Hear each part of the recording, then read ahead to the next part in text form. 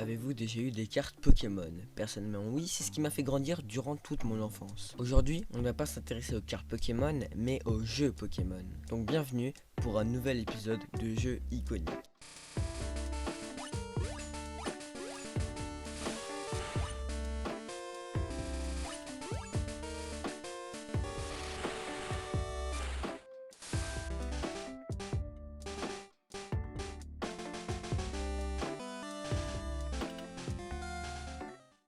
Donc pour débuter le jeu, soit tu déménages, soit tu vis ta vie tranquille avec ta daronne et t'essaies de gagner des Pokédollars pour mettre à l'abri la mama, tu vois. Tu dois soit sauver un professeur qui te donnera plus tard un Pokédex, ou alors tu fêtes un jour banal ou un jour de ton anniversaire où tu choisis 3 starters.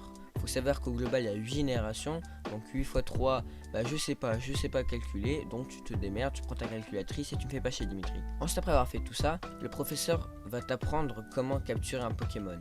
Après avoir composé ton équipe de 6 Pokémon, tu vas pouvoir avancer et rencontrer ton rival qui va te demander de faire un combat, ou alors tu le rencontreras avant et donc du coup tu feras starter contre starter. Forcément, quand on commence l'aventure, il va avoir le starter qui est le plus faible au tien parce qu'il y a un système de type, mais j'ai pas envie de vous l'expliquer parce que sinon la vidéo va durer 20 minutes. Donc après avoir défoncé ton rival, tu vas pouvoir commencer ta première arène. C'est ce qui va te servir pour avancer dans l'aventure. Donc dans les arènes, il peut y avoir plusieurs types, donc feu, eau, glace, etc. Après avoir fait ta première arène, normalement tu vas rencontrer des personnes pas très sympas qui volent des Pokémon ou alors qui veulent te défier. On sait pas pourquoi. Donc voilà, ils font leur bail, machin, on doit les arrêter, etc. Et pendant qu'on les arrête, on fait en même temps les arènes Pokémon. C'est ce qui va nous servir à aller à la ligue Pokémon qui se débloque quand on aura 8 badges. Donc après un certain temps de jeu, tu vas avoir combattu ton rival 2 ou 3 fois et forcément, tu l'auras défoncé, tu auras gagné de l'XP. Après avoir défoncé ton rival, tu vas rencontrer une team qui est, on va dire, opposée à la team qui vole des Pokémon, etc. Ou alors tu ne vas pas en rencontrer et tout simplement tu te démerdes tout seul, soit en te faisant aider par les champions d'arène, soit par d'autres personnes de ton entourage. Après ça, normalement, tu vas pouvoir capturer ton premier Pokémon légendaire. Soit c'est un Pokémon légendaire de base, donc qui est pas très rare, soit tu vas capturer un légendaire qui est le légendaire qu'il y a normalement sur les boîtes de jeu. Donc en gros le Pokémon que tu veux le plus depuis le début du jeu. Ensuite, après avoir capturé ton Pokémon légendaire, normalement tu vas te diriger vers la ligue, ou alors tu feras d'autres arènes avant. En ce vrai, tu te dirigeras vers la ligue. À ce niveau là les gars, je vous conseille d'avoir des Pokémon minimum niveau 70.